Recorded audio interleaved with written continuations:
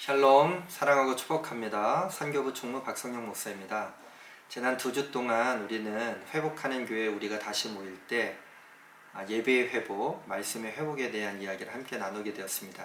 오늘은 이제 세 번째 시간으로 공동체의 회복에 관련된 말씀을 3일 상동교회 이기성 목사님께서 나눠주실 텐데, 우리 공동체에 대한 회복을 이야기할 때 이런 질문을 한번 던져보자고 이 책의 서문에 기록이 되어져 있죠.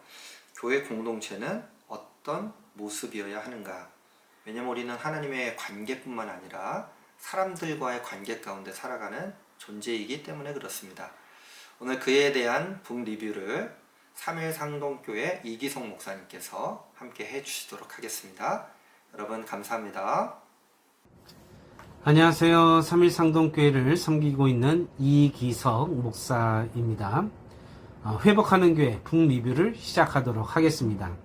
여러분과 함께 나눌 주제는 세 번째 챕터에 해당되는데 공동체의 회복입니다.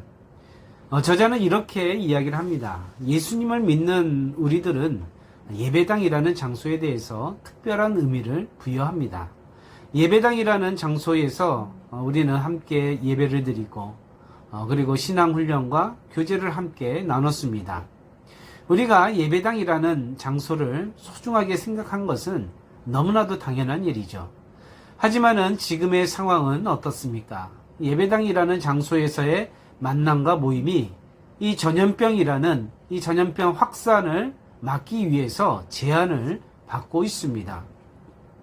저자는 이러한 위기의 사건이 성경 내에서도 있다라고 주장을 합니다. 지금의 상황과 완전히 동일한 상황은 아니지만은 성격이 비슷하다라고 이야기하는 것이죠.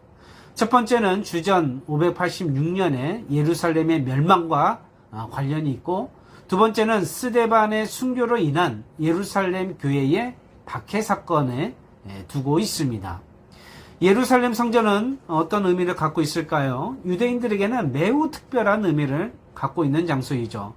이곳은 유일무이한 장소입니다. 하나님 앞에 죄사함을 받는 제사가 행해졌던 곳이고, 또 하나님의 거룩한 영이 임재해 있다라고 믿는 그러한 거룩한 성소입니다. 또 성전은 유대인들을 하나로 결집시키는 그러한 장소입니다. 하지만은 주전 586년에 이 바벨론 제국이 쳐들어오게 되죠. 예루살렘 성이 무너집니다. 예루살렘 성전이 완전히 불타버리고 완전히 파괴되어져 버립니다. 그리고 유대인들은 바벨론으로 포로민으로 끌려가게 되는 것이죠. 이제는 더 이상 하나님 앞에 예배할 수 없고 찬양할 수 없는 그러한 상황이 되어버린 것입니다. 자, 그렇게 유대 공동체는 끝났을까요? 신앙 공동체는 중단되었을까요? 그렇지 않다라는 것이죠. 이 바벨론, 이 포로민들은 새로운 중요한 전환을 이루게 됩니다. 성전 중심의 예배에서 율법 중심으로 바뀌고, 제사 중심의 종교에서 말씀 중심의 종교로 바뀌는 어떤 긍정적인 변화가 이루어진 것입니다. 어떻게 보면은 한 단계 업그레이드 할 수 있었던 그러한 사건이 되었다라는 것입니다. 두 번째 사건으로는 스데반 순교 이후에 예루살렘 교회에 엄청난 박해가 임하게 됩니다.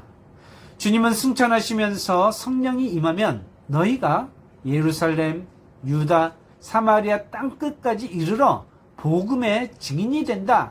그렇게 될 것이다 라고 말씀하셨습니다. 성령 강림 사건 이후에 예루살렘 교회는 어떠했습니까? 정말로 아름답고 모범이 되는 그런 신앙생활을 했습니다. 하지만 흩어져서 세계로 나아가서 선교적 사명을 감당했다. 그런 사건은 이루어지지 않았습니다. 예루살렘 교회에 극심한 박해가 오고 어쩔 수 없이 예루살렘 성도들은 흩어집니다. 흩어지면서 복음을 전했습니다.